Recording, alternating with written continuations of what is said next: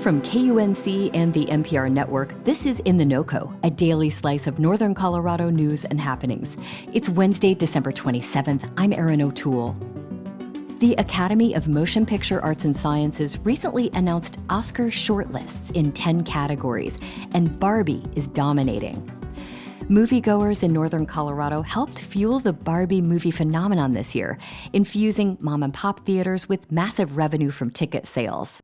Feminist scholar Karin Vosby Anderson was astounded when the movie was released. The Colorado State University professor says she expected something light and commercialized. Instead, it was subversive, a film about feminism disguised with frills and lots of pink. The fact that they managed to package a legitimately feminist argument into a billion-dollar summer blockbuster is just astonishing. I was really impressed. Today, we're listening back to our conversation with Anderson about why this film resonated so deeply with Coloradans and audiences everywhere. So obviously, Barbie was an enormously popular film. It has grossed more than $1 billion worldwide. But upon its release, there was some pushback. In fact, you wrote an article about a specific phrase that's been popping up in some of those places, toxic femininity. Normally, I would ask to start by defining a term like that, but what's really interesting is you say there kind of isn't an agreed upon definition. There's not, right. Toxic femininity has been circulating in academic and popular discourse for a while. And what's really confusing about it is that it is used in very different ways by very different people who have very different orientations towards women and feminism. Yeah, and maybe we should back up and briefly define toxic masculinity, because this is kind of the inverse of toxic femininity, at least for some. And that term, toxic masculinity, has been around for a while, and we do all sort of agree on what that means, right? We do. So both in sort of popular conversation and academic discourse, toxic masculinity is a phrase that's used to describe the sort of worst aspects of stereotypical masculinity, including violence, dominance, emotional illiteracy, sexual entitlement, hostility to femininity, right? Sort of all of the worst stereotypes of masculinity.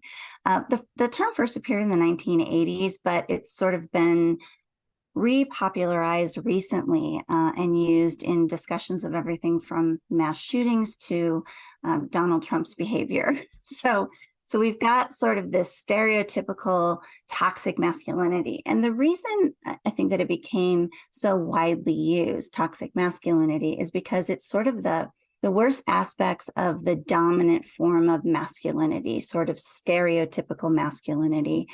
And it's a masculinity that many boys and men are still socialized into or pressured to be like. And it's really, really important to say that when we talk about toxic masculinity, we don't mean that all masculinity is toxic, and we certainly don't mean that all men are toxic, right? That's not what it's about. Instead, it's about a standard that men are encouraged to live up to in many ways in our society that's bad for them. Okay, and then what does toxic femininity mean relative to that? So we've heard that phrase. It sort of reappears when there are high-profile women in pop culture. So, for example, at the beginning of the summer, I don't know how many of you watch Succession, but there is a character in Succession who's like the daughter of the rich protagonist, and she's kind of manipulative, and you know, people were having discussions about her character because the series was so popular, and they were like, well, that's an example of toxic femininity. And then when Barbie came around, you know, people who wanted to be opposed to Barbie because it was popular amongst feminists said, well, it must be toxic femininity. So it's kind of this label that's used to describe anything that's bad about a woman or about femininity. That's sort of how popular pundits use it. Now, what's interesting is that it actually emerged in academic discussion before popular pundits started to use it to describe sort of any negative kind of femininity.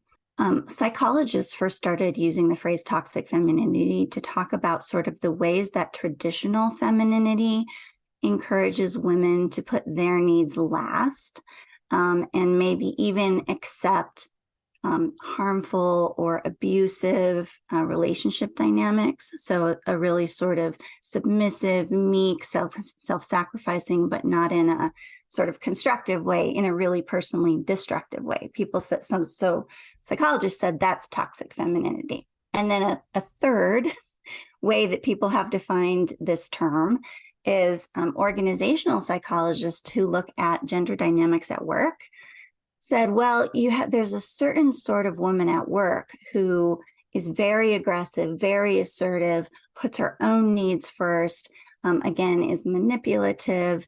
That's toxic femininity in the workplace.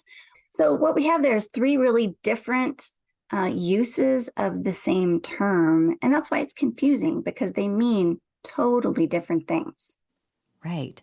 Okay, so not only do we have these wildly different definitions for the term toxic femininity, it feels like some people are, first of all, either using it to get attention or clicks, but also that they're using the phrase to shut down these conversations that are surfacing, perhaps because of the film, conversations about the patriarchy, or, for example, or challenging gender norms and stereotypes.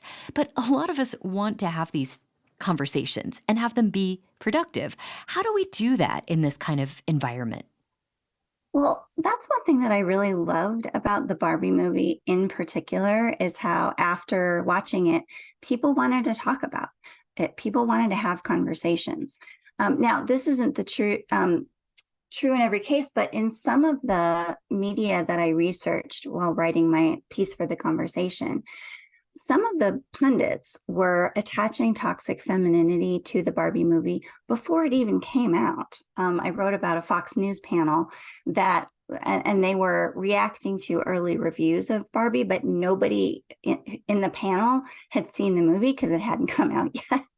So, and one thing that I think is super interesting is if you actually go and watch the Barbie movie, spoiler alert, but Barbie Land, which is a matriarchy, isn't actually presented as a feminist utopia. That's not actually the goal.